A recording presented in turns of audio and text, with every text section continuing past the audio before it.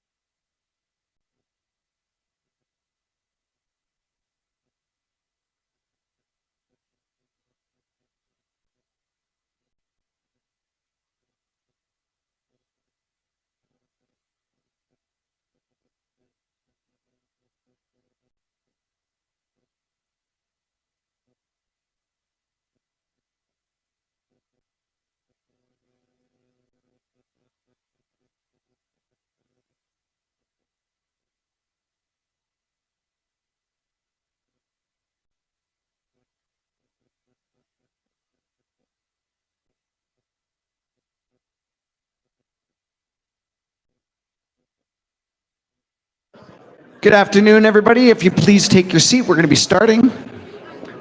And that's not a false flag. We're actually starting. We're really going to start this time. Starting like Really. 3, 2, almost. So please take a chair, everyone. Take a chair home with you. It's our gift to you. Oh, sorry. No, No, they got to pay for it on the way out. Yeah, okay. No. I guess I have to start this live button here. All right, we're supposed to stand back here. We're supposed to stand back here. We're supposed to stand back here. Yeah. Well, hello, olds. How are you today? This is awesome. It is. You know, so many people here. You should all be harvesting or drinking beer or making beer. Maybe making beer in Olds, something like that. Well, it's just next door. It is. I know. Guess where I'll be next. I know. All right, everyone. Welcome to the Pomeroy Inn and Suites in Olds for the second of 5 forum debates brought to you by the Independence Party of Alberta. And it's so good to be here today. Excellent. Thank you. Little bit of information. The Independence Party is a grassroots party built by Albertans with no politicians at our table, who are committed to giving all Albertans the opportunity to achieve freedom and prosperity through a referendum for independence. The Independence Party is the only party in Alberta that has a policy to hold a referendum within the first year of being the majority elected party. This party is more than just a political vehicle. It is the freedom movement in Alberta. Yeah, there is. The provincial board and our dedicated volunteers have been working very hard at this whole past year, building and growing this party, ensuring its integrity, transparency, honesty, and accountability is maintained from all who join and contribute. This is the party that was truly built for the people, by the people. There you go. That's right. Awesome. So as Dana just said, this is the second debate of 5. The remaining will be Edmonton tomorrow evening, Grand Prairie on Thursday, September 1st, also in the evening, and then Fort Macleod on Thursday, September 8th, also in the evening. And just so you know, every debate that we're doing has a different set of questions. So even if you're not here, please do watch online, and we'll see them answer different questions each time. So it's not the same boring thing again. That's right. You can go on FaceTube. Go on FaceTube. Well, that's our own platform. No. Starting it. YouTube and Facebook. Just go onto our page or our group or our channel. Yes, we will talk about that in a second. Right now, I'd like to invite Dan Duggan to start up our event with prayer.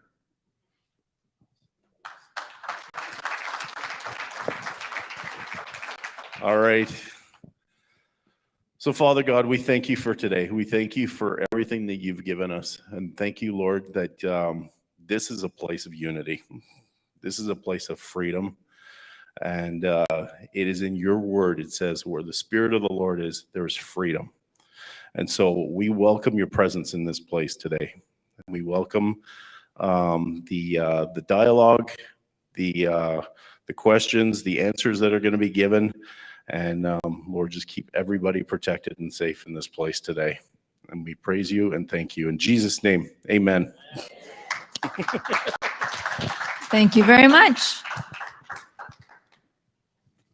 All right. Well, my name is Dana Blayon, and I'm from Peace River, Alberta, which is 8 hours north. And I'm Carrie Lambert. I'm the co-host, and I'm from Calgary, which feels like it's 8 hours south, but it's not. So together, we're actually kind of doing the rural and urban sort of thing going on here. So we got the province. The whole province covered. That's right. Just in those two. There you go. So maybe just introduce yourself and tell a little bit about why you're here and what you're doing. Okay. Well, like I said, I'm Dana Blayon. I am a farmer's daughter. So we're in farmland here too. I'm also an oil person. My husband and I, those of you who know my husband, his name is Bob Blayon. Many of you know him. We ran our own oil oil field company for 24 years together, working as partners, along with some other family members that were our partners. And this province has provided us with a wonderful, wonderful livelihood. I also had the privilege of working in the music industry, and I did that for the past 15 years or so, pre-COVID. And yeah, it was a wonderful, wonderful career with, you know, individuals who feel like family. So kind of like you guys. So that's a little bit about me, and I'm That's just great. glad to be here and dedicating the past year to this movement to create prosperity and freedom. Absolutely. So I'm Carrie Lambert. Give her a round of applause, people. So I'm Carrie Lambert, and I actually got started with this because I was a bar owner, Outlaws Tap House and Bar in Calgary, and we were shut down because we took a stand on the face masks. And basically our stance was, at the time, remember they changed things all the time. Our stance was that if patrons could have an exception, why couldn't, or an exemption, why couldn't staff? Because we had 3 staff members that couldn't work, and we said, you know what, we're going to take a stance. So after Chris Scott from the Whistle Stop Cafe opened his restaurant in January of 2021, we opened ours, and the government immediately came down on us, AHS, AGLC, you name it, and we were closed within like 3 weeks. So that kind of opened my eyes as to what was going on. Similar, I'm in the entertainment business too. I've got a karaoke business and a jukebox and arcade games company that I guess the government decided that VLTs were closely aligned with games, which makes perfect sense. You can't touch things. So I actually didn't have any revenue because the government said shut things down between November 26th of 2020 and June 15th of 2021. So no income then too. And I proud to say I didn't take any handout, but I guess I should have because God damn it. But yeah, so and really one of the reasons why I'm here is because of this guy right here, Chris Scott. Him and I ended up going out on the convoy out to Ottawa, and we broadcasted back, and we've been told time and time again that that's kind of what has woken up a lot of people as to what is going on and why independence is such a good idea for Alberta. And I think absolutely it's the best idea. It's the only option, I think, in Alberta. Hear, hear. Yes. So there we go. Wonderful. That's All right. so I guess I'll continue on. Please set your cell phones to silent or throw them in the garbage. That's what I would like to do. Today's Nope, we're going to invite. Oh, yes, we're going to do that. We're going to invite it. Well, yeah, turn your cell phones off, and then I will. We're very excited to have 2 great leaders of the day who have put themselves forward as being leaders of the Independence Party of Alberta. Please welcome to the podiums Catherine Kowalczyk and Arthur Pawlowski.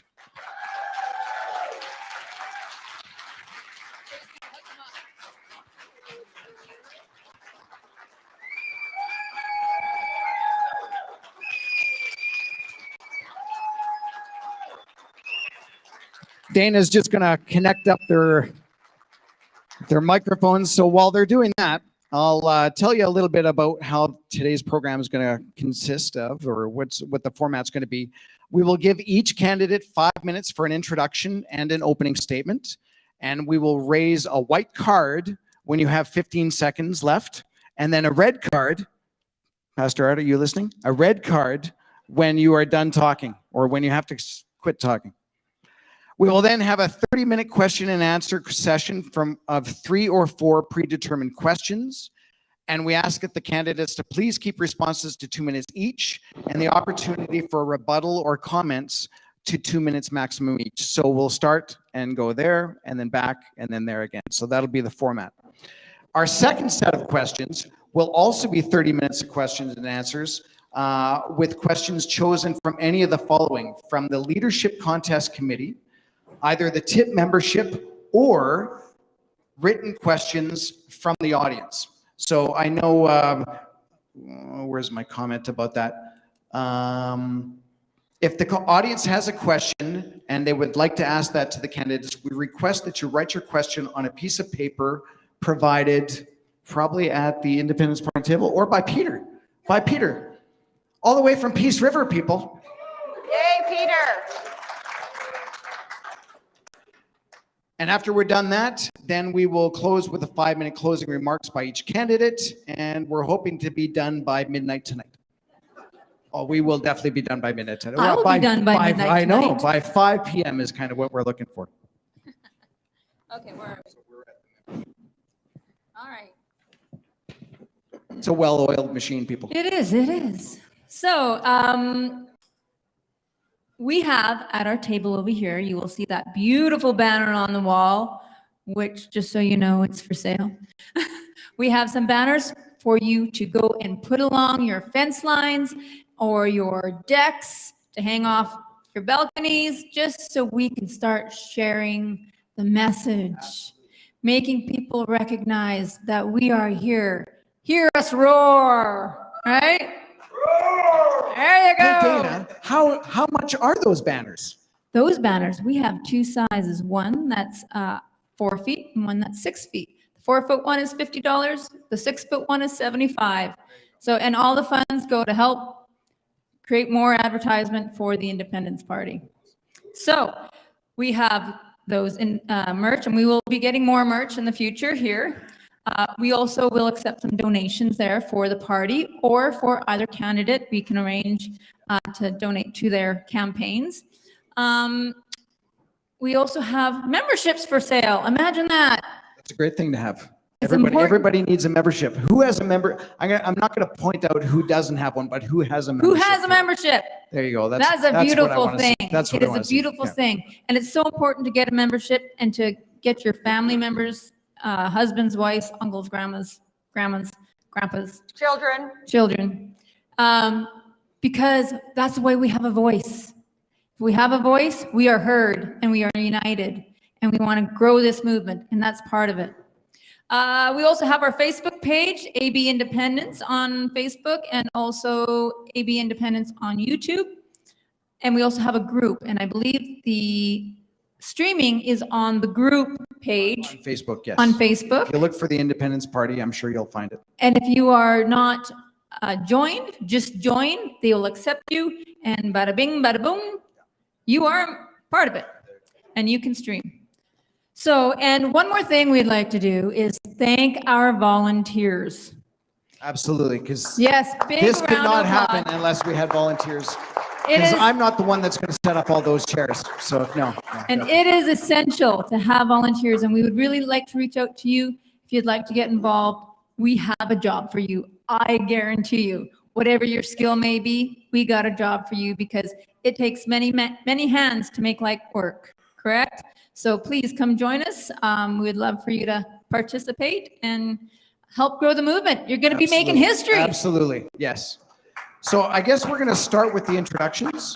I'm going to Chris, get you out of the chair there, and then we're going to start this up. Right. Absolutely. And who is starting We today? are starting with Art. Art, right, Art. because Catherine started yesterday. So Absolutely. So give me a second so I can set up my timer.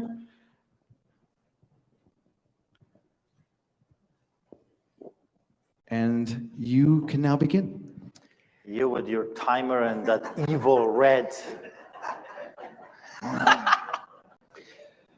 What was very good yesterday, I was approached by someone yesterday that came to me and said, I have been in politics all my life. I have watched many debates. This is the first time ever that before the debate, actually people prayed. And I'm thinking it's a remarkable thing, but it's also a tragic thing.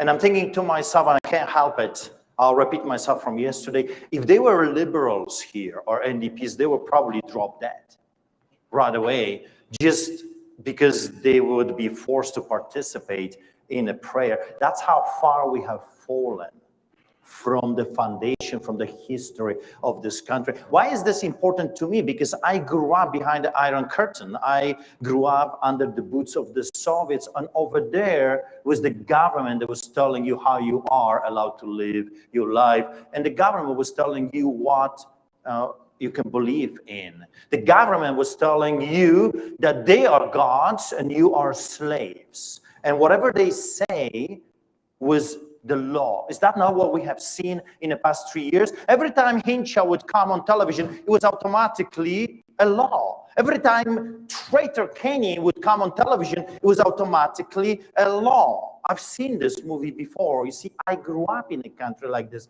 and I escaped that country, and I came to Canada. Why Canada? Because this was the nation that was not offering me money. You see, we didn't care about money. You can be the richest man on earth, but if you're living in a golden cage, you're still a slave. We did not come here for money. We came here for freedom. And that freedom has been stolen, not just from me. That freedom was stolen from my children. And you see, at one time, I decided, this is the hill I'm willing to die on. Freedom. Freedom for everyone to choose his own path. Freedom for my children and your children. That they will be able one day to choose what kind of a nation, what kind of a city, what kind of a town, what kind of a farming, what kind of a beef production they're going to be able to participate in. Not some tyrants in Ottawa that do not care if we live or die. For me, this is a repetition of history. And I decided to stand up and fight. I'm a father. I'm a family man. I love my wife. I have 3 children. And one of the stories, a sad story, was when I was arrested in 2006, and my oldest son was 5 years old at that time, and he looked through the window when I went to feed the poor after my arrest and said to his mom, to my wife, is daddy going to be arrested again? Is he going to come back home? You see, that's how far we have fallen. 2005, 2006, I was told by this totalitarian government that feeding the poor is no longer acceptable. You have to have special permission to distribute Bibles, to go and feed the poor and hang around with them. Are you kidding me? You tyrant? Who do you think you are, you uncircumcised Philistines? That you should defy the armies of the living God. You were a servant. We elected you to serve us. You're not feeding the poor, and you're going to harass and attack those that do. So I fought and I won. And this is what you need. Alberta needs a warrior that will fight to the death. A warrior, a fighter that will come and say to Trudeau, who do you think you are? You're running on your daddy's last name, but you yourself, you are just a little potato. And you do not represent nothing on your own. We need a leader that will stand up. And stand up for whom? For you and for your children. We are Albertans. Yes, we are Canadians. I love my country.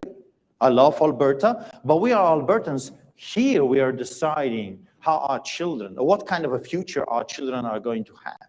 Right now, the federal government is infringing on everything. And I say, enough of talking, enough of negotiation. I don't want to sit and negotiate. I'm done with negotiating. I'm done with that. Today, with your help, I am demanding what's rightfully ours. I want to force the federal government to come and say, please take your rights, because we don't want to lose you. We need to force them to give us what rightfully belongs to us. Thank you. Thank you very much, Art. Catherine, you have 5 minutes. Thank you very much. So thank you very much for being here today. And for those of you who I haven't had the pleasure of meeting and who haven't heard me speak before, I'm just going to let you know a little bit about myself. I've practiced law, family law in particular, for over 20 years here in Alberta, and I've spent the majority of my life helping families navigate very challenging circumstances. And today, of course, we all know that we're all facing challenging circumstances. And I'm also a mother to 2 children, ages 10 and 14, and stepmother to 2 children, ages 11 and 12. And I'm here today because I want a better future for all of our children. I want a world for them where they have a choice about whether or not they want to receive a medical intervention. I want to know, as a mom, that when I send my children to a public school, that I can be assured that they will not be manipulated or groomed with a political agenda that will convince them that men are women or can be women and women can be men. These ideas have no place in school, any school, which receives government funding. I want a world for them where they can purchase groceries or attend a concert without to scan themselves and face ridicule and persecution should they not comply with the latest government-mandated human experiment. I want a world for them where the truth is not censored and we are all able to speak freely without being canceled. In December 2020, I co-founded Lawyers for Truth, and in July 2021, I commenced a legal challenge against the Court of Queen's Bench of Alberta and the Provincial Court of Alberta for violating my inalienable rights and freedoms by requiring me to wear a mask and provide my medical health information to a stranger as a condition of entering a public courthouse in Calgary. I've shared the rally with Pastor Art on many occasions the past few years, and after months of reading decisions in Canada and in Alberta from the justices that were agreeing with the government's narrative that they were all justified in breaching our charter rights and that the COVID vaccine was safe and effective, despite evidence to the contrary, I decided that it was time to pivot and focus on a political solution and to become a lawmaker.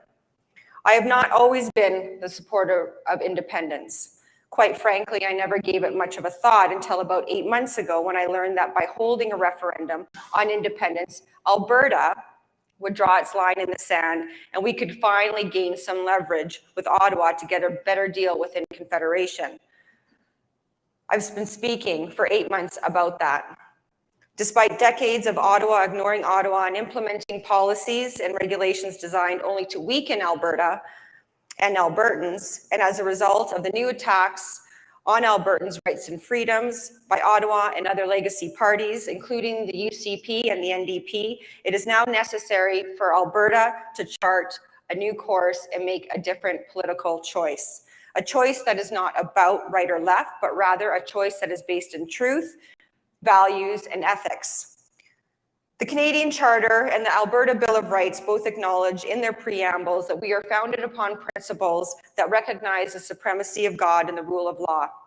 It is not lost on me the power of having both myself, a woman, a mother, a lawyer, and a representative of the rule of law, and Arthur, who is a pastor, father, a lion, a real man, a representative of God. Both of us vying for this leadership role. Regardless of the outcome of this leadership race, I believe both of us will be required to face down the principalities of flesh and not of the flesh. For what we are about to set out to accomplish will require all hands on deck. I hope you enjoy today's debate.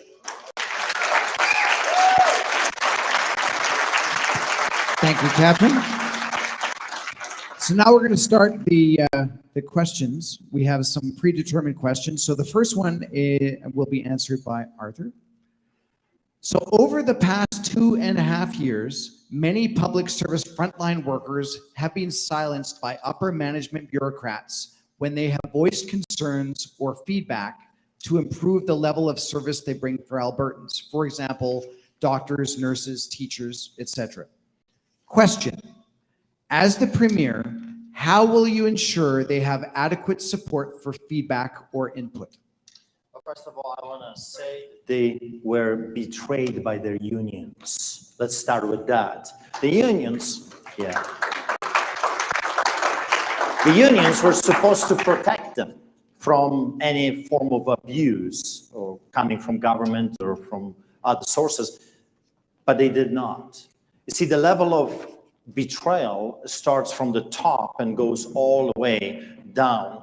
So what we have to do is we have to deal with the unions and we have to restructure the unions. So when something like this would ever happen again, the people will be protected. We're talking about frontliners. We're talking about the people that are saving our loved ones. They're saving lives, the firefighters, the police officers, the nurses, the doctors. They were completely silenced by a form of being terrorized by the government.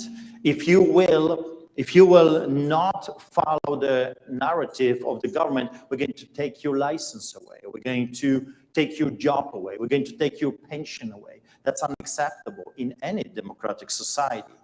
You have to go back after the villains, and I have been saying this like a broken record. We have to remember who did this to us. Remember their names. It was coming from the premiers, it was coming from the MLAs, it was coming from the unions, and it was forwarded by the chief of police. And of course, the corrupted RCMP that needs to go ASAP from Alberta. Also was forwarded by corrupted fake news. They were the ones that were pushing, terrorizing the whole nation. We need to bring accountability back to our country.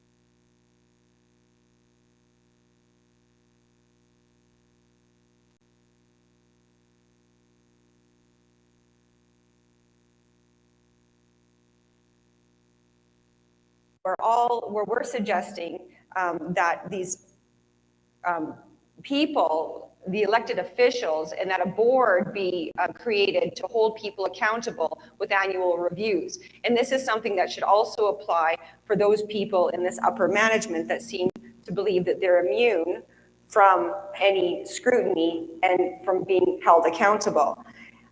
In fact, we put forward this policy in the last policy debate convention, and so I encourage you to look at the website for more information.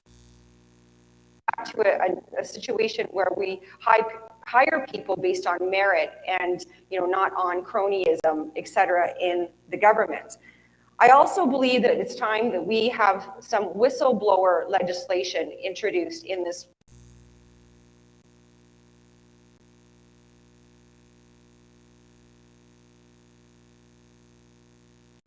Like the frontline workers who are seeing the corruption, the devastation, the harm that was being caused in these institutions. And lastly, what I would suggest is that we need to look at these colleges, the College of Physicians and Surgeons, the Law Society, and these organizations that are self-governing, because clearly they haven't done their job.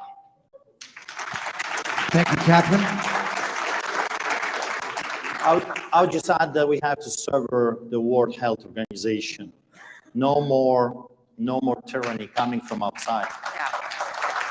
I echo that. I think that when you look at it, AHS boasts about their affiliation with the WHO on their website. And I think now that we know, and I always say this when I speak, now that we know better, we do better. And we have to now be brave enough and stand in our courage to confront these people and continue to push in order for them to be held accountable. This is very key, and being able to heal as a population in a country, a new country going forward. Thank you very much. We're just going to do a quick cable patch here.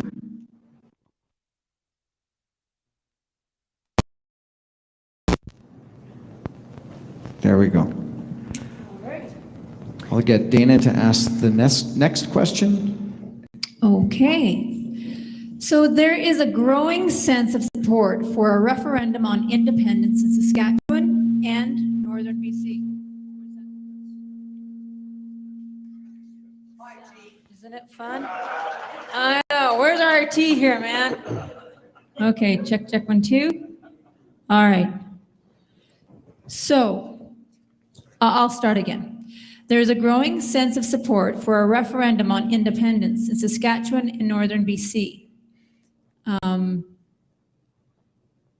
The question, will you engage in those regions in conversation regarding Alberta's own discussion? How can we work together with those regions to find some unity in that conversation? Do you feel that the conversation is beneficial or detrimental?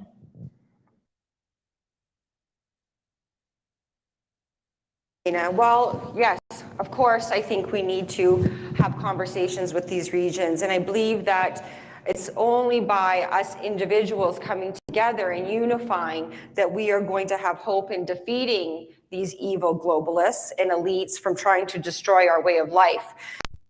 They are our friends, they are our families, they are our trade partners, business partners, and we need to mutually support each other and be willing to have open ears and open arms to individuals that share our values.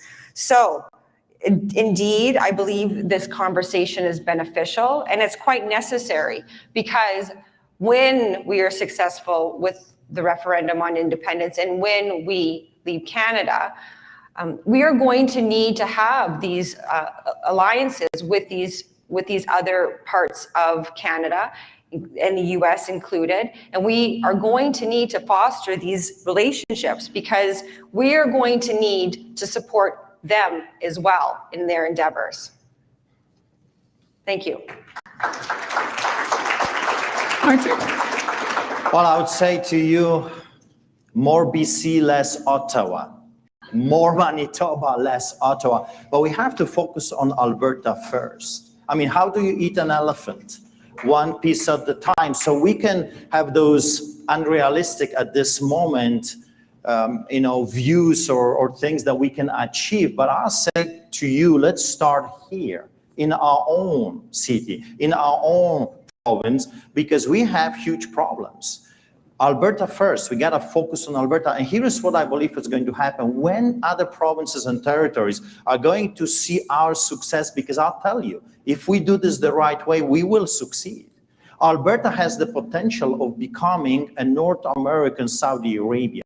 We have more than enough oil and resources. This is a beautiful country. I mean, this is one of the most beautiful, incredible regions on earth. We have everything. We can become a paradise of wealth right here. But first, we have to get rid of the tyrants. We got to focus on Alberta. When we're going to do that, then we can start spreading the wildfire, if you will, of freedom to other provinces. When they will see us succeeding, when they're going to see us winning, I'm telling you, you will not have to force them to come to the table. They will be coming to you saying, how did you do it? We want to be part of this revolution of freedom. So I would focus on Alberta first. And like I said, more BC, less Ottawa.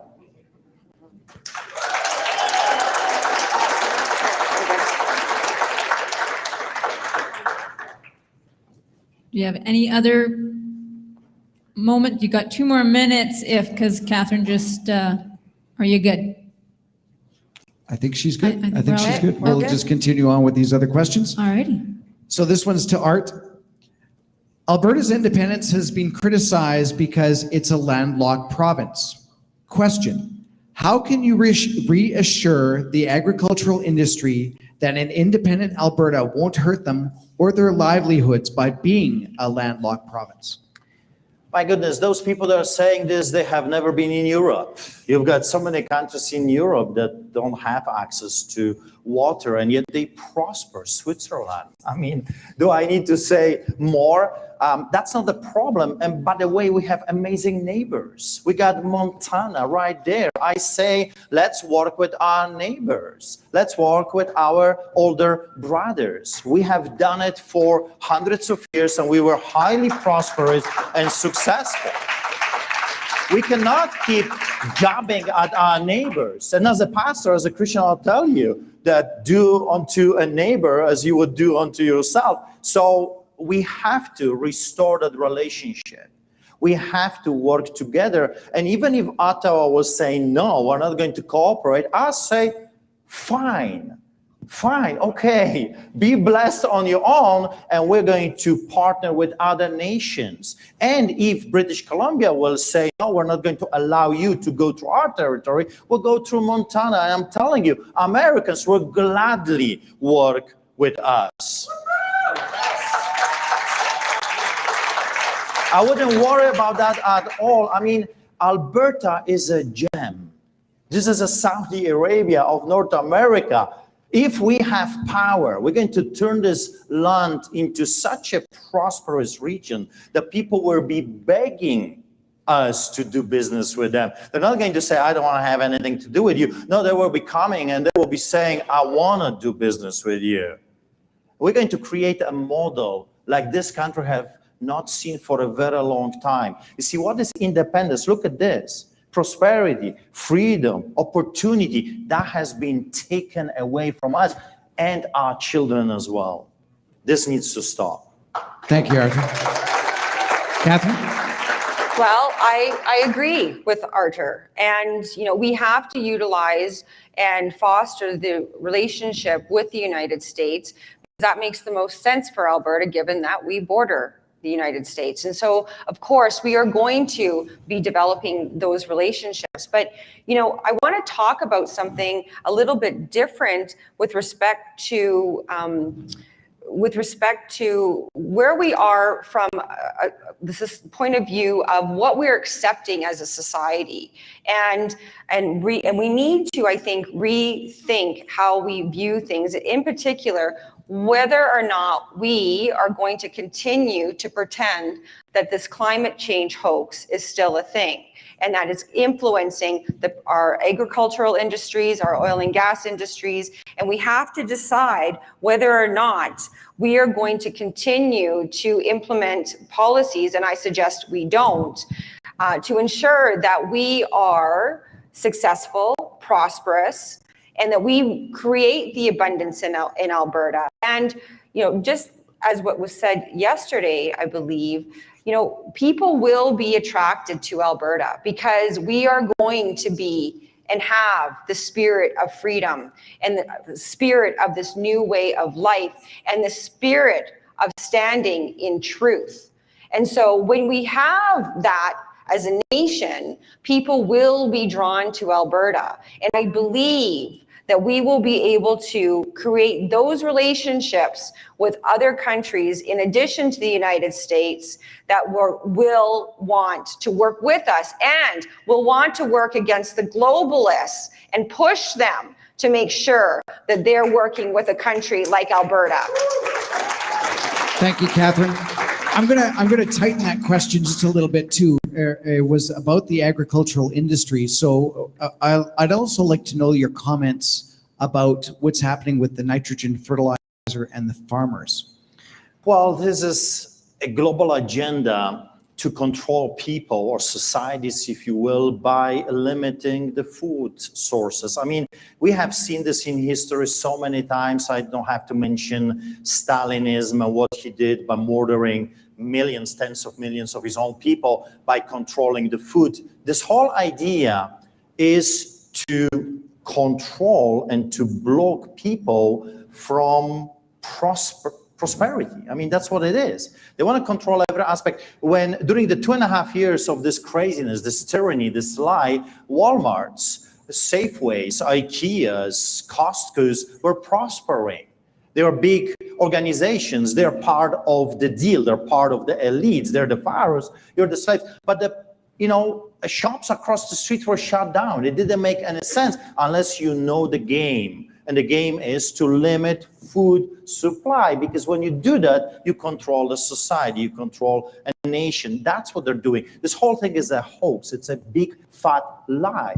It has been done before as well. And I agree with the global warming. I mean, this is the most ridiculous thing that I've ever heard. While right now, just a few days ago, I received the news from the north that we have more ice and there are ships trapped right now because of cold weather over there. 70-year historical lows that we have right now. So much for global warming, right? And CO2 emissions and all that garbage. Don't you understand that if you eliminate that, you're going to die because you're going to freeze to death? People, unfortunately, some people will not like me. I say, Google it up. I mean, you don't have to believe me. Google it up, and there's lots of information over there, even on Google, that you can find. Our farmers are the best farmers on earth. We need to support them, not hurt them. Thank you very much, Art. Well, of course, it's a farce, and we understand what's happening because we know that this is an agenda.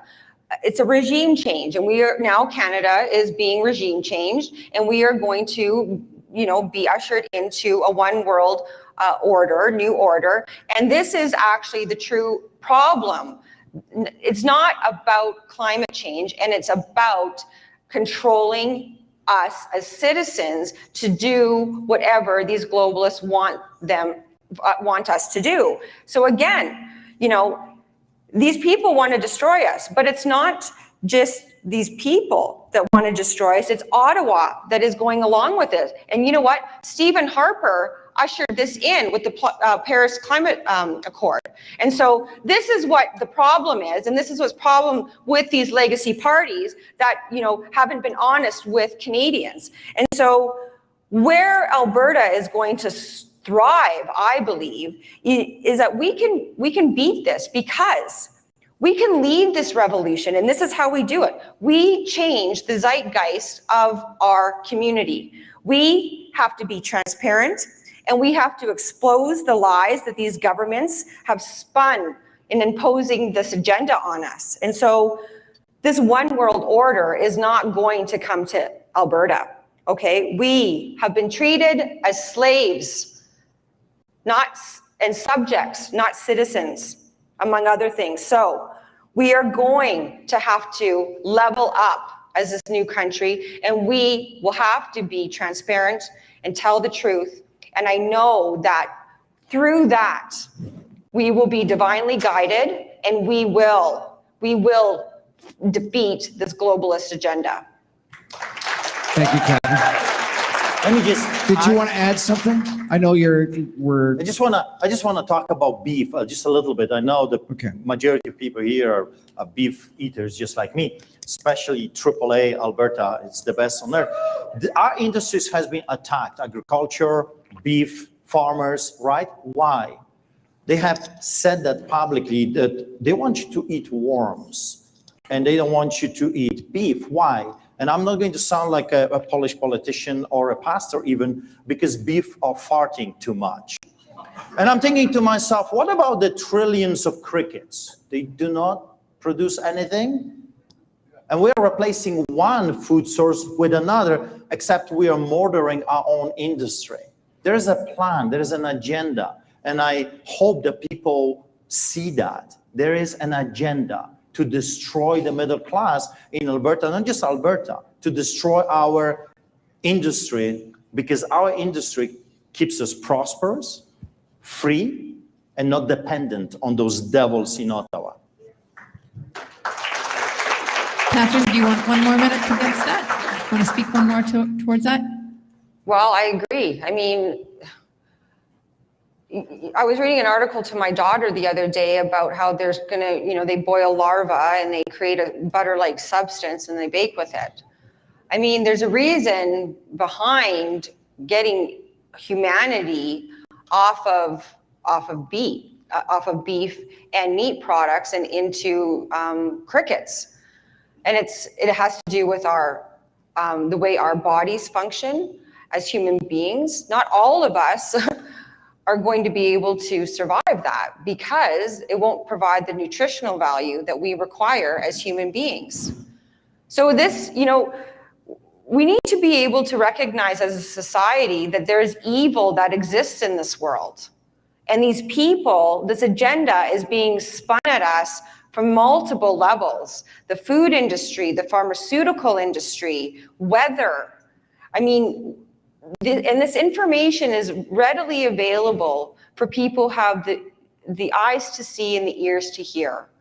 And so we can't project anymore as citizens that everybody is good in this world because I'm a good person.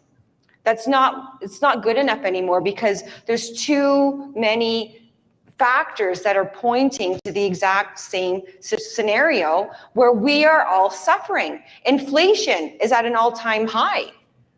We are going to make decisions very soon whether or not we are going to be able to heat our house or drive our children to school, whether or not we are going to be able to go to the grocery store to feed our children.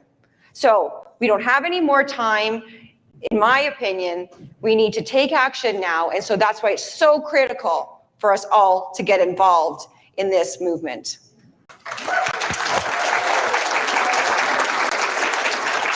Okay, now we will now move on to the undetermined questions. And the first one we have is a referendum on independence is an example of an important conversation which requires input from all Albertans. What are some other examples of conversations which you believe require a provincial referendum? And we'll start with Catherine. Well, I mean, let's talk about, I mean, we're going to have to, are you talking about in this new scenario, this new country that we're proposing? Or are we talking about a referendum in our current political system? Because if it's the latter, we've seen with the last referendum with respect to equalization payments, that referendum, despite the overwhelming success, the Albertans were clear with respect to wanting to, renegotiate equalization. Where did that land us? Where did that land us? Nowhere, right? I think Jason Kenney tabled something and then wrote a letter. And after that, it's basically,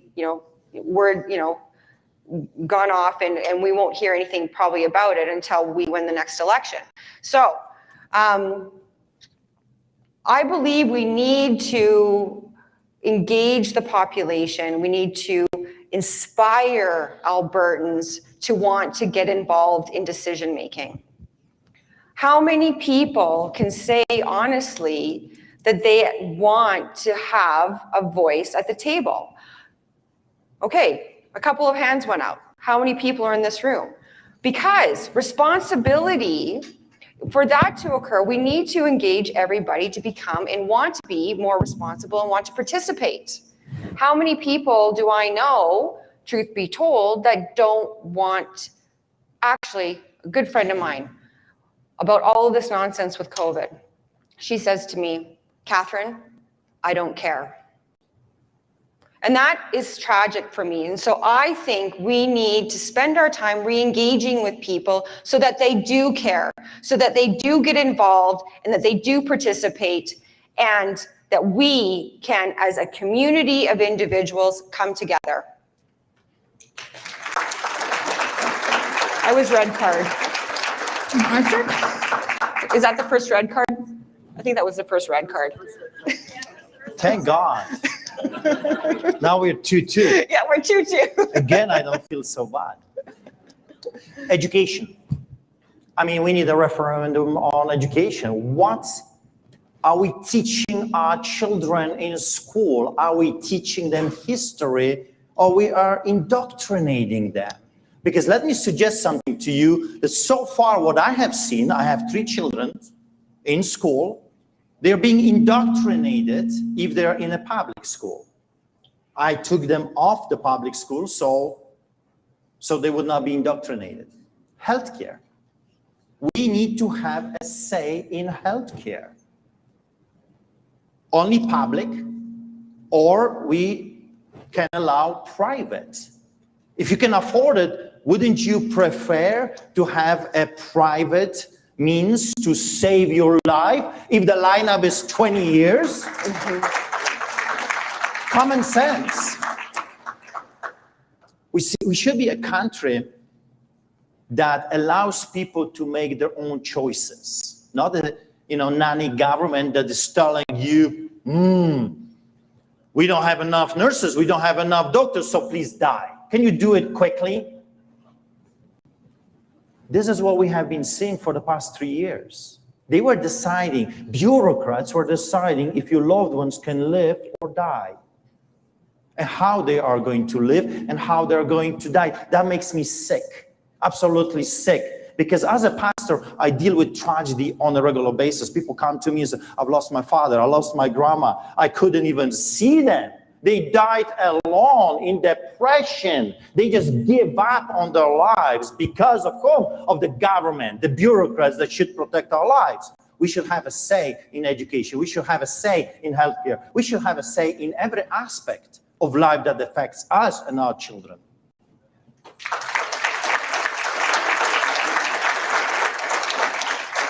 we should have a say, but we should also have smaller government. I mean, the fact that, we have to go, or we're expected, and we've become as a society so reliant on waiting for what the government is going to tell us before we act.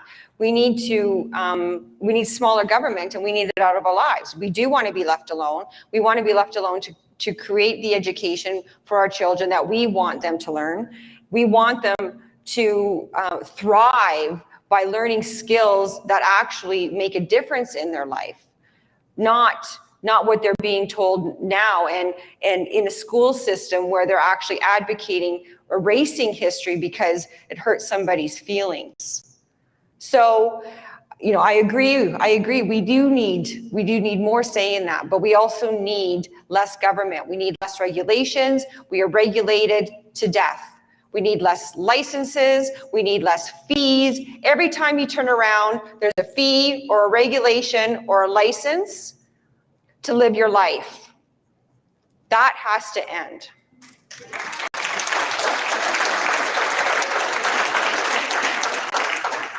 Homeschooling, private clinics, with a message to the government, back off. This is not your business. This is our business, because those are our children and those are our loved ones. Yeah.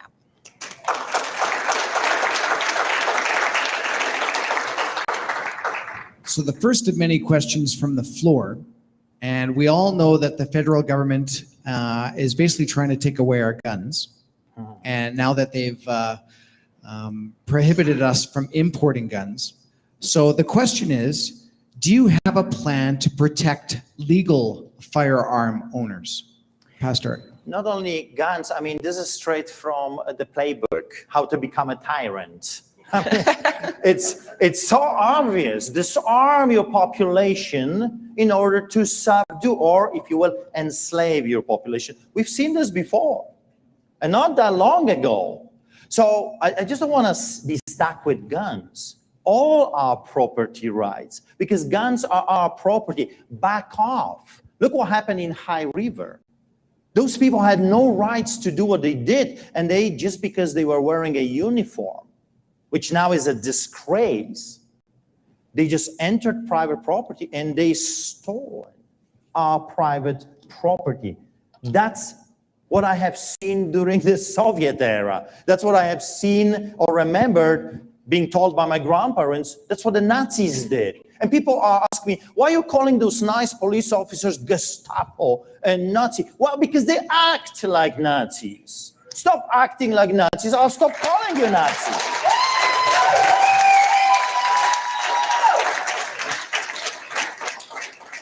I am a legal gun owner. I have my rifles, I have my pistol, I have my revolver. I had to go through the training. I had to apply all kinds of different permits. I have to store my firearm properly. It has to be locked, separate from my ammunition. I go through the roadblocks, through the hoops, and the government says to me, well, but that's not good enough. Well, if it's good enough for the Trudeau-Castro security personnel, it's good enough for me. Yeah.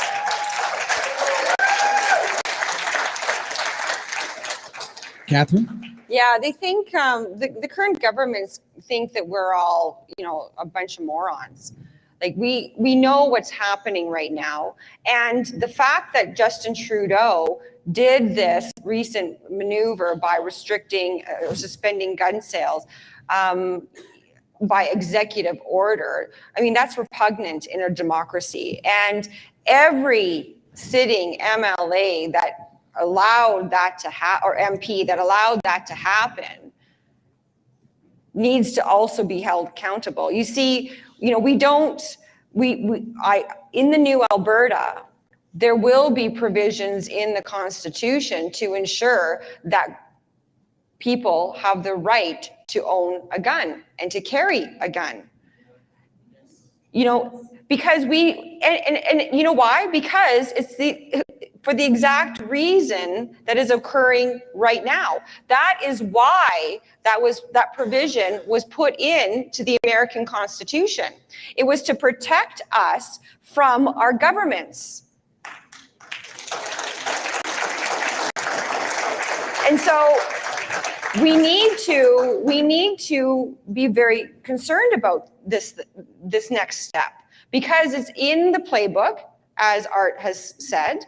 And so we need to ensure that we push back right now. We don't wait until the election. We push back right now against this. Because if they are successful in allowing this to occur long term, just like anything else, masking, vaccination, et cetera, we are going to lose even more. And we don't need to. If I was the premier, I would use notwithstanding clause. I would say to the government, to the federal government, back off. Also,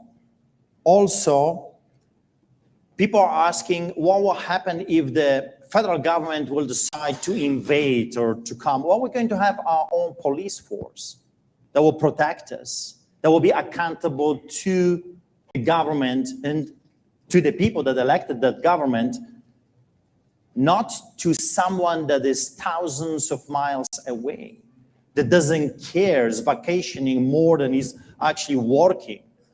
Not to that kind of a person. I'm a hunter. I love my freedom. I don't feel freer than when I take my gun and I go to the mountains, to the bush. It's the most beautiful feeling. And they're after that. They're after our independence. They want to control every aspect of our life. And they have an agenda. Don't kid yourself. This gun grab is another implementation of tyranny. Mark my words. And if you don't believe me, don't believe my accent. I've seen this movie before. The only thing I would add to this is that, I was speaking to somebody who's recently, he flew, how do you say that? He flew Canada. He left Canada, moved to a different country where they're not seeing this sort of tyranny. And in particular, a state in the United States that is, hasn't imposed all of this ridiculousness on its citizens. And he said something what I thought really resonated with me. And I don't know if it will resonate with you, because I think this is something that you can only experience when, or feel it when you experience. And he said, Catherine, it's funny because the freer you are, the safer you are, right?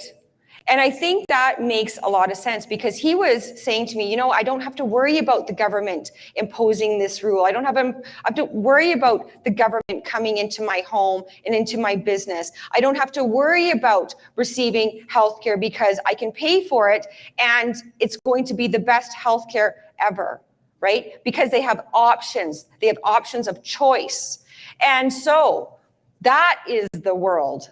That is the world that I want for my children. And I leave that with you here today, because I think that is ultimately the goal that we all want for our families. And it's also a provincial jurisdiction. Back off, Ottawa, from our property rights. Is that not fascinating when you go to the United States and the states that have freedom, if it comes to guns, they have the lowest crime in the country? How come New York is one of the most dangerous places on earth and they have strict gun control? Have you ever asked yourself that question, that their rhetoric just does not make any sense, because they have an agenda. Their agenda is to enslave you. And if you're armed to the teeth, well, that makes it harder. Yeah.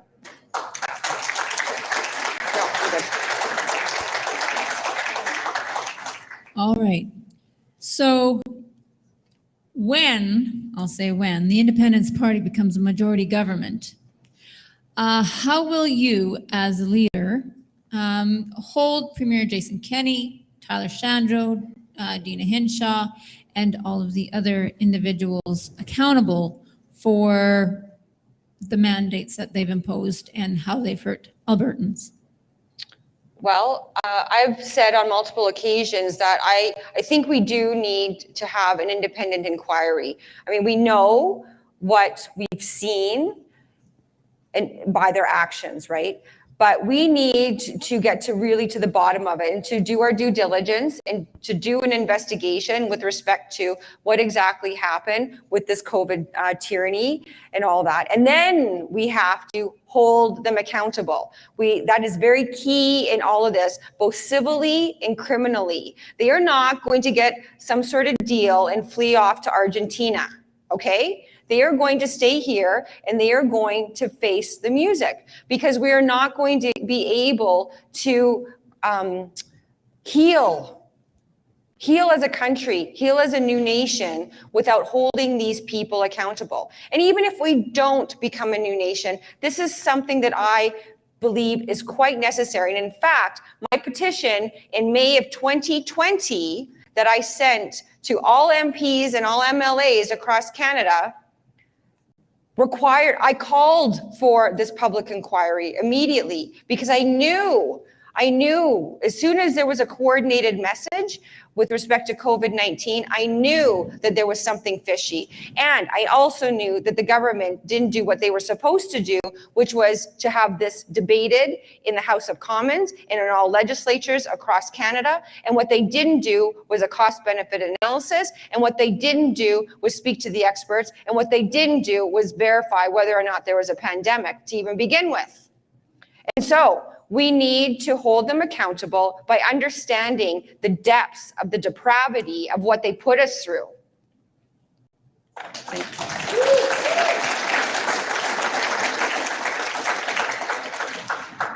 The answer is very simple. Nuremberg trials number 2.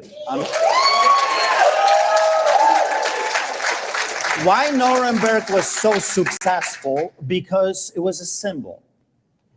They understood at that time they cannot bring 100,000 Nazis and charge them. That was an impossibility. And here is where I disagree with firing every AHS worker. That's an impossibility. We can't just fire all of them, all the villains. With some of them, we have to deal differently. But we can go for the arch villains. We can go for those people that they were the decision-making devils, like Kenny, Chandra, Taves. Those are the people that have been enslaving us and destroying and actually murdering our loved ones throughout the 2.5 year of craziness, tyranny, lie, I call it, the COVID lie. So Nuremberg trial is an idea for justice. Some people say to me, well, we have to move on and forget. You can't. You cannot move as a society if you will let those people off the hook. You have to remember their names. You have to go back and find out what really happened. I'll tell you why this is important. If you don't do it, just a matter of time, some other villains will show up. They will have different names, different faces, but they will try to pull the same stunt on the rest of us. That's why we have to send a very, very clear message to those villains saying, hey, if you ever try something like this again, this is what is going to happen to you. Kenny should be arrested for crimes against humanity.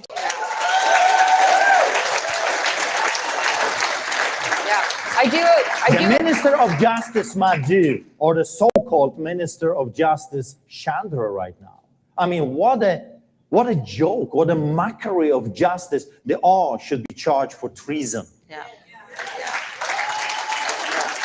Yeah, I agree with that. And, but in addition to Nuremberg, see, one of the problems that we faced in the legal profession, and and I'm very disappointed in the legal profession. However, we've faced this time and time again. Well, the Nuremberg Code, it's not actually law in Canada, right? It's a principle. It's something that happened, and then we have to be careful with this if we do Nuremberg 2.0, because most of the people that were actually to be tried were actually not held accountable, and they just went to different jurisdictions to start up big pharma and IB Farben and things like that. So we have to be careful with that as a society, where these people go.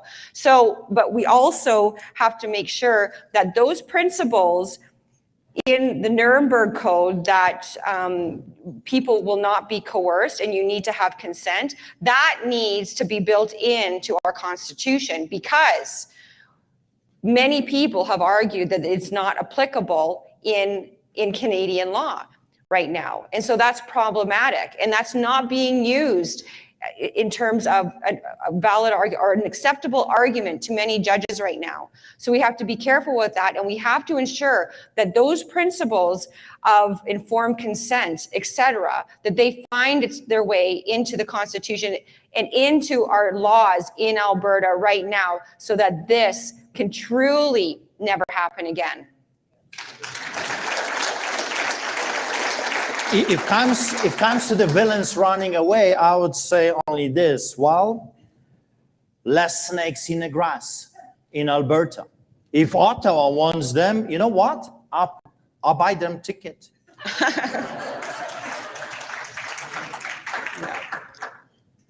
So this is kind of a mixture of different questions, but I'm just going to put these together. So as you're aware, the federal government made some political prisoners, and our provincial government also made some political prisoners, Pastor Art. And the 4 men that are still in jail in Coutts. Yeah. And one that was arrested the other day, but let go.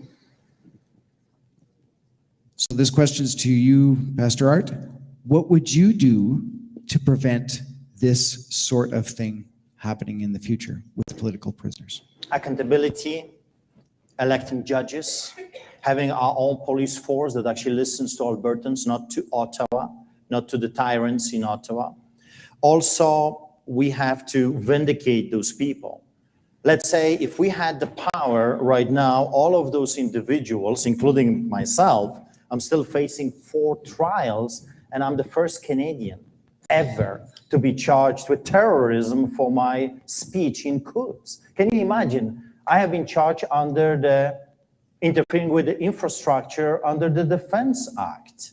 The Crown Prosecutor, he said that I have caused Canada over $400 million worth of damages because I gave my speech to the truckers telling them, stand for your rights, do it peacefully, hold the line. We are talking about extremely corrupted system. Those people that were fired, those people that lost businesses like you, they need to be vindicated, but not just that. They need to be recompensated.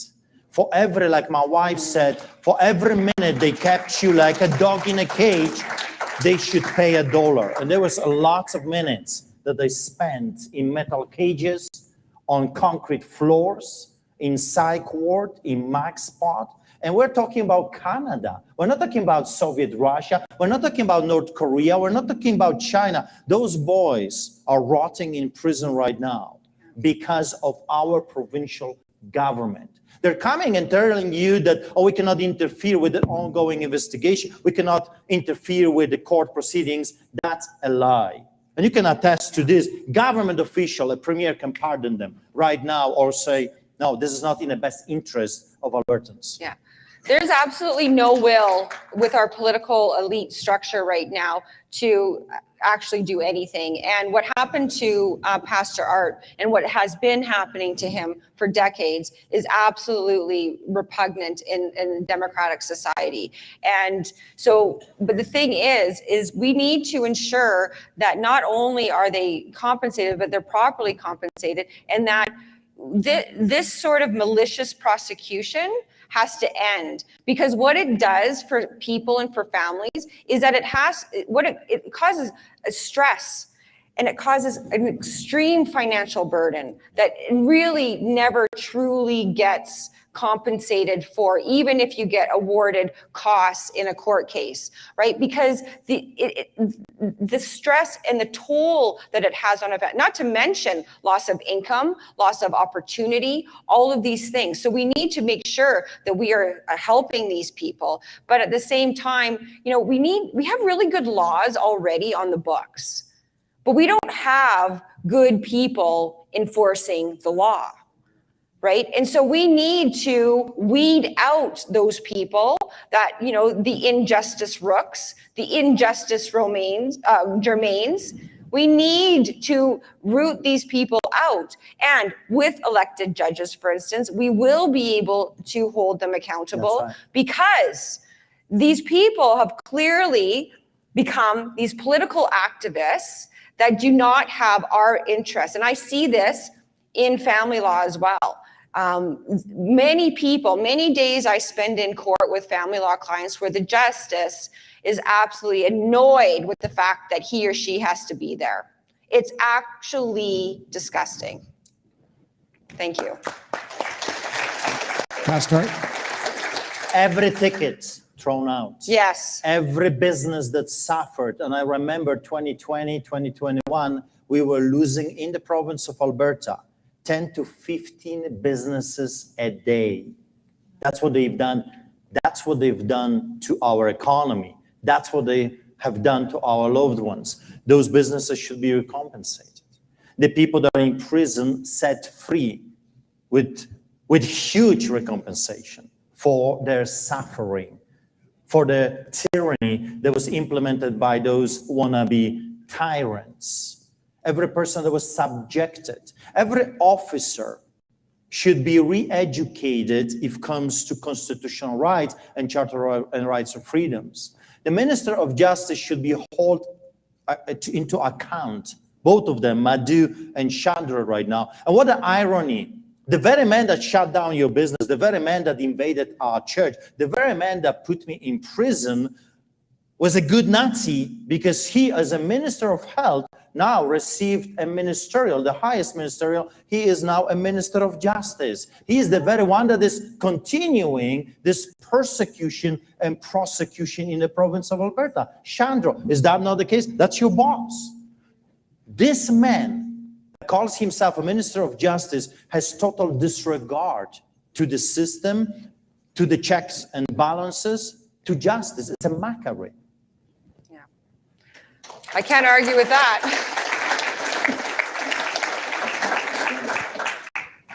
Okay, well, we're going to have our last question. And actually, even though it's the last question, we do have lots of pages up here, and we're going to compile those, and we'll be asking those questions from the floor in Edmonton, in Grand Prairie, and in Fort McLeod. So Yeah. just so you know. So your questions won't go unanswered. Thank you. And many of the questions are repeat questions too, because a lot of the ones that we asked were many repeats, because they all want to know. So for the last question, under the Independent Alberta, under an Independent Alberta, would you support writing our own Charter of Rights and Freedoms?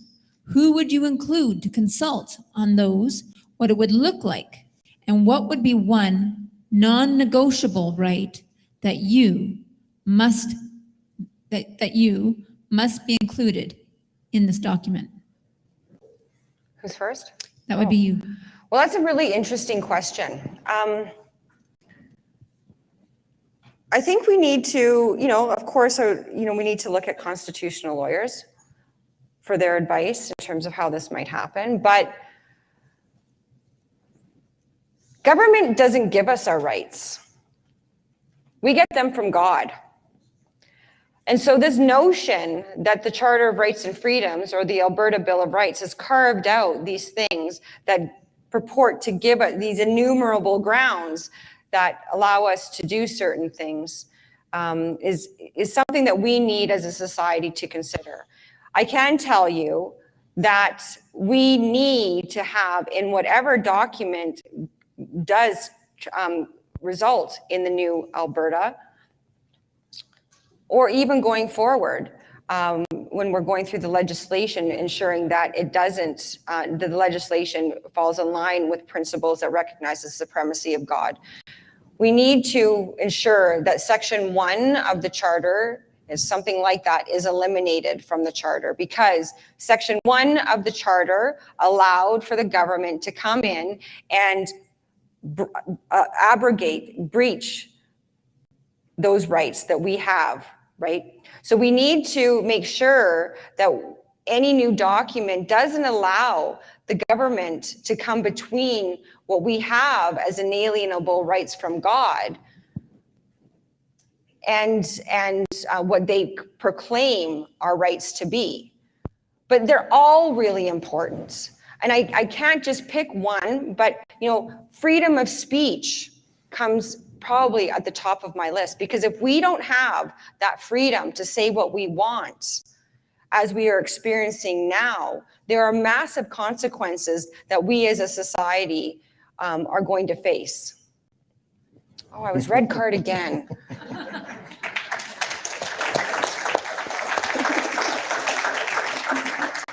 Of course, all of our rights, God states human rights are as important, but one sticks more than others. That's your right to protest government. If that right goes, you've got tyrants. And that's what we have right now. Kenny is terrified of people coming together.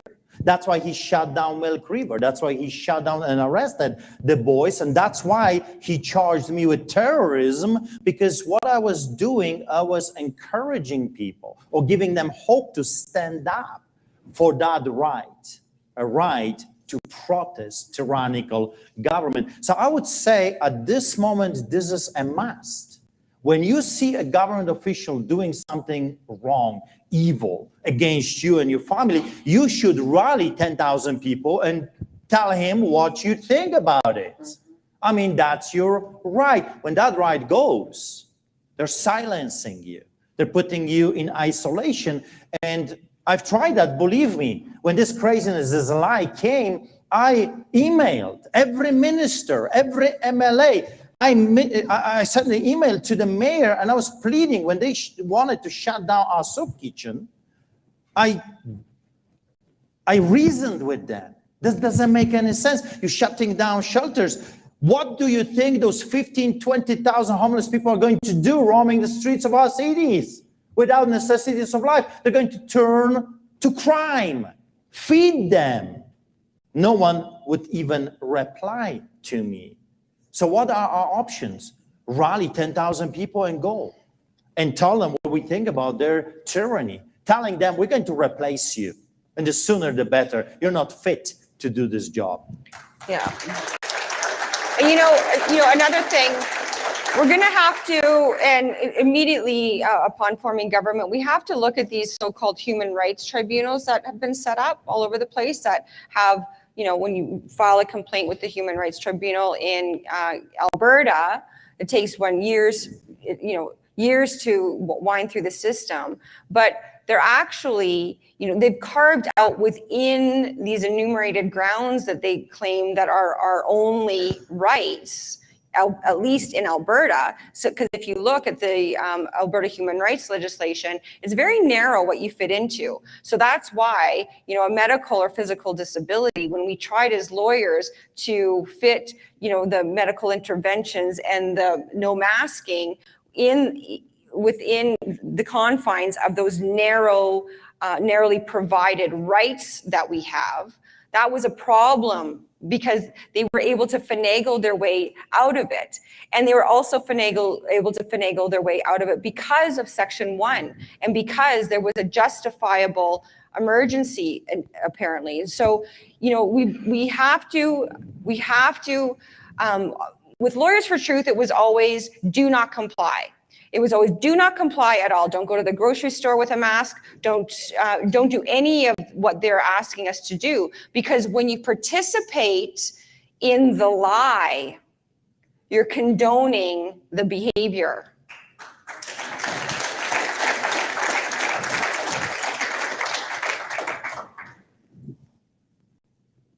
I say enough of the kangaroo courts. I was denied entry. I was denied my right to pick up my mail. And I'm still facing criminal charges for that when I went without my mask to pick up my mail, which, as you know, it's a federal offense. If you would go to your neighbor and steal that mail, you can be arrested, charged, and thrown in prison.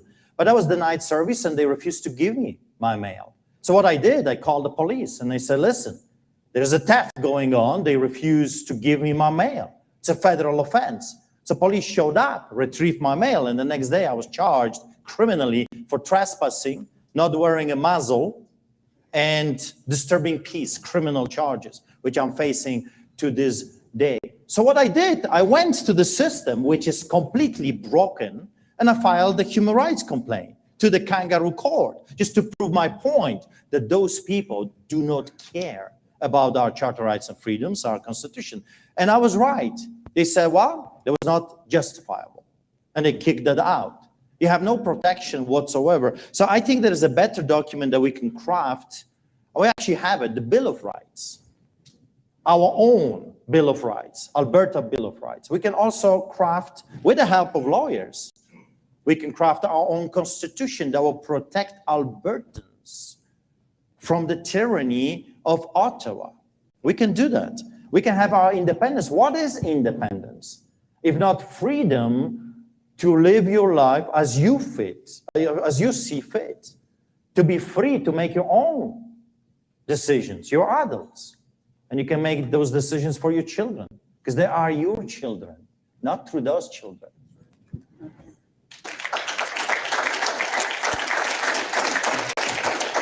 Thank you very much. We will now give the candidates 5 minutes each for their closing remarks, and we're going to start with Catherine. Okay, great. Well, thank you very much for participating in this with us today.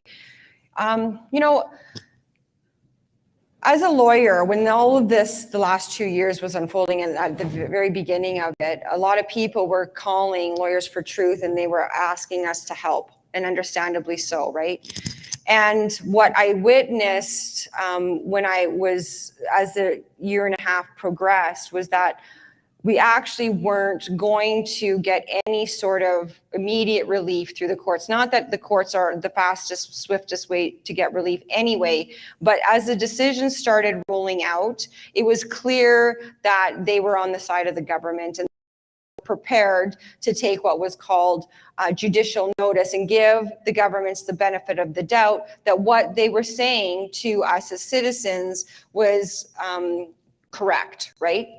And judicial notice is a legal concept that allows a judge to say, well, something is so notoriously known to be true that they don't have to provide any proof of its veracity, right? So like vaccines are safe and effective. And so I started seeing this.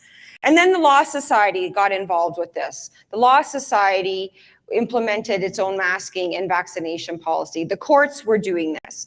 A colleague of mine with Lawyers for Truth went to the Law Society because she's being investigated for giving legal advice to her clients with respect to all of this, the masking. And they asked just recently, just this last month, for her vaccination records to enter the Law Society. Law firms are doing this. They are making it a requirement of their clients to enter into their offices by having a vaccine passport and masking. They all went along with it. This is why I'm here today, because my profession has failed me, and it's failed you, and it's failed all of Albertans, including Pastor Art. And so we as a society cannot stand for this any longer. And that's why I brought that lawsuit against the courts, the Court of Queen's Bench of Alberta and the Provincial Court of Alberta, for violating my chartered rights, my inalienable rights that I received from God and not from them. And you know what's going to happen with that case? Well, the Court of Queen's Bench is the named defendant, I'm the plaintiff, and the Court of Queen's Bench, is going to decide whether or not they violated my rights. Talk about kangaroo court.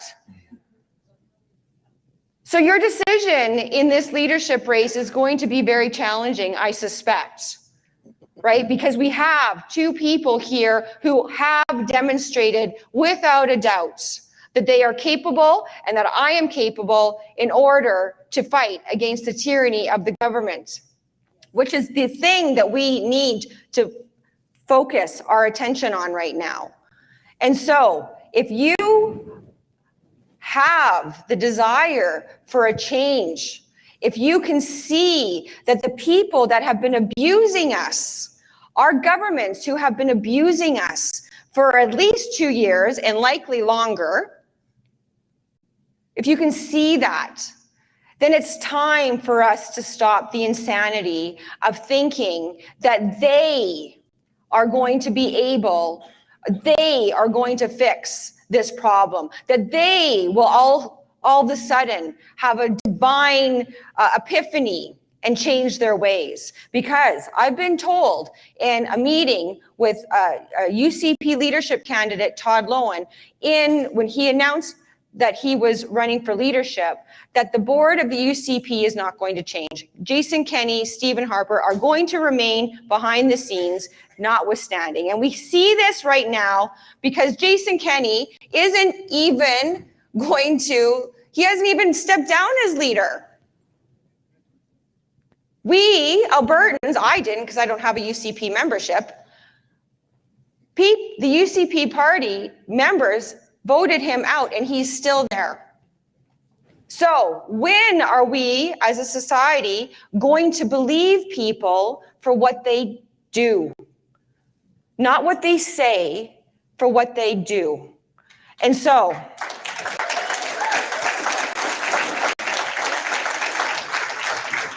I ask you to keep that in mind when you're making this very important decision that you're going to make today, but also in May of 2023. Thank you. Thank you, Catherine. Pastor. Talking about doing, that reminds me of the story, a real story from the court. I have been, of course, hammered by the corrupted politicians and judges and crown prosecutors, police officers for many years, since 2005. And one day I was standing in front of that corrupted judge that hated me. Absolutely, she showed it left and right. And before me was another villain, just like me. And this judge said this statement: "It's not what you say, but what you do matters." And she released him. She says, "You're free to go." And then it was my turn to show up. So I stood over there, and then she reversed the whole thing, and she says, when Pastor Artur Pawlowski says something, he means it, and he's going to do it, therefore he's guilty. That was the justice that was given to me. I'm a doer. And as you can tell, I don't fancy in words and political rhetorics. I actually hate it. And that's the truth. I don't hate many things. But when I listen to UCP debate, I want to puke. I mean, sorry if I offend you. I cannot stand those people anymore. They are fake. At every corner, they're fake. They say to the people what people would like to hear, but their actions are completely opposite.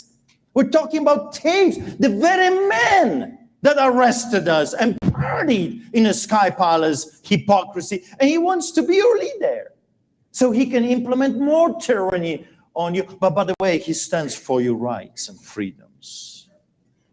I'm a seasoned veteran. I have been in the trenches all my life. I'm a fighter.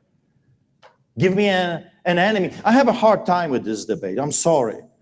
Because I need an enemy. You're not my enemy.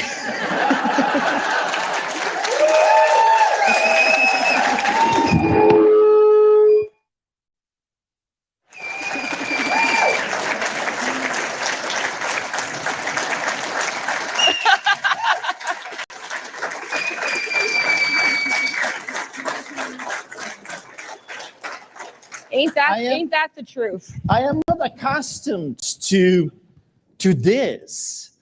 Give me a hyena so I can turn to shreds. Give me Danielle Smith. Yeah! Or tapes.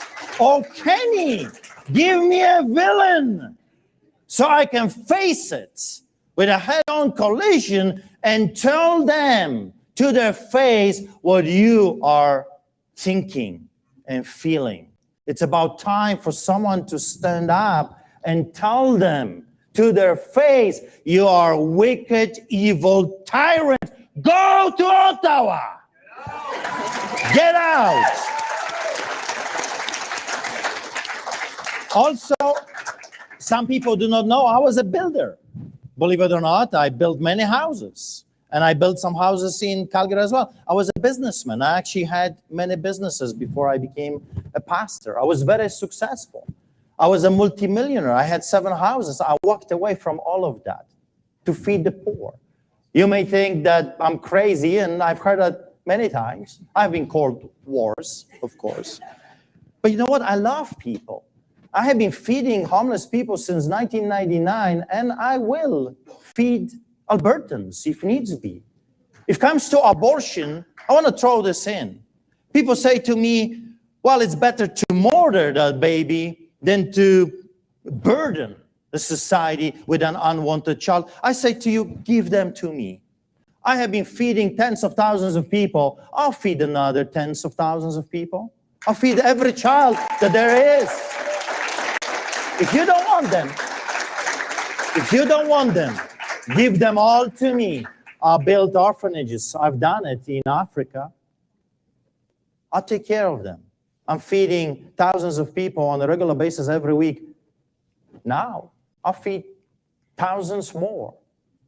And I think it used to be, that was the job of a politician or a queen or a king, to take care of people.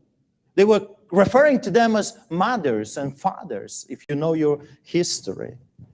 So if you want, I can be your father. I can feed you. I have been doing this for a long time. We are the glue. We are in solidarity with people like you, because I am like you. Thank you. Thank you, Pastor Art. So that concludes the questions part. Thank you so much. I believe Dana's got one of those banners. Is that what we want to do?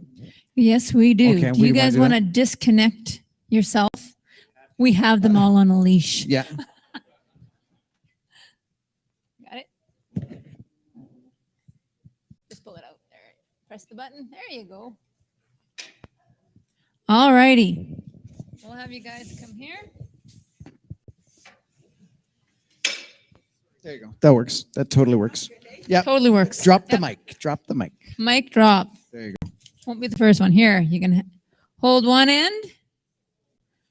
And Archer, if you We're trying to do a Kodak moment here. we are. Okay. A Polaroid. Yeah. Go over there. Isn't it the same? No, it's not. All right. Kodak moment, folks.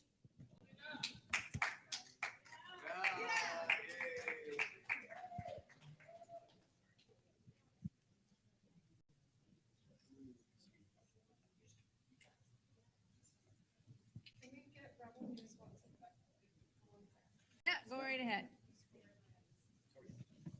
Whatever you do, just make sure we look good. That's right. And skinny. And taller. Especially for me, I had too many hyenas. Okay. Okay. So, folks, we only have two Thank you, banners thank left, you. a large one and a small one. Okay.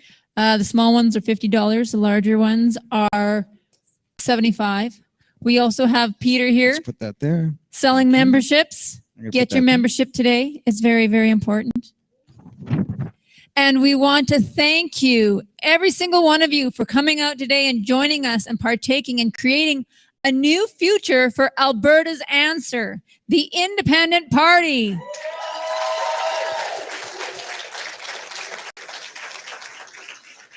Memberships are only $20 for 3 years. It's cheap, like borscht. Yes, absolutely. Cheap like borscht. Cheap like borscht.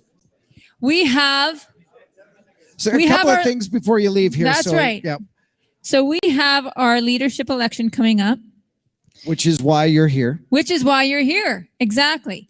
It's going to be held September 7th to 9th, and the voting opens on September 7th at 7 a.m. and it'll close on September 9th at 11:59 p.m.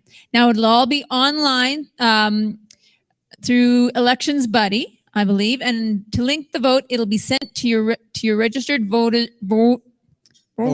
registered voters, registered voters via email and text messaging. and those people who bought their memberships, I believe, before August 20th, they're the ones that are able to vote. So even though you may not have bought a membership and you're only buying a membership today, still buy your membership today. there will be plenty of other things you'll be voting on. You'll be voting on your MLA. You'll be getting involved in your constituency associations. So please buy your membership. That's right. And we've got some really great, exciting things coming into the future, which includes the Leadership Convention. I'm so excited. I know, September 10th. Now, just so you know, that's where we will announce who wins the leadership. That's right. You're not actually voting at that. No. Yes. So it will be the place to be. So that's going to happen at the Mapledale Acres Hall, which is actually very close to here. It's in between Edmonton and Calgary. So we can try to reach, well, not the north because I'm the north, but between Edmonton and Calgary, and we can really include everyone and to come out. And you can get your tickets. They're $20 to come to the convention. There's only 250 tickets being sold. So you can go online at abindependence.com and you can purchase your tickets there. And I would suggest to do it sooner than later. Absolutely. Because they're going to go like hotcakes.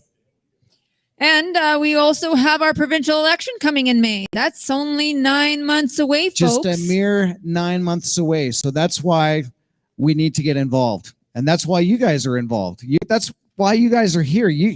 To take your time out of your busy Saturday. That's right. And come here. I think you guys need to give yourselves a warm round of applause. Absolutely. That's absolutely amazing. Thanks to you, we get to create change.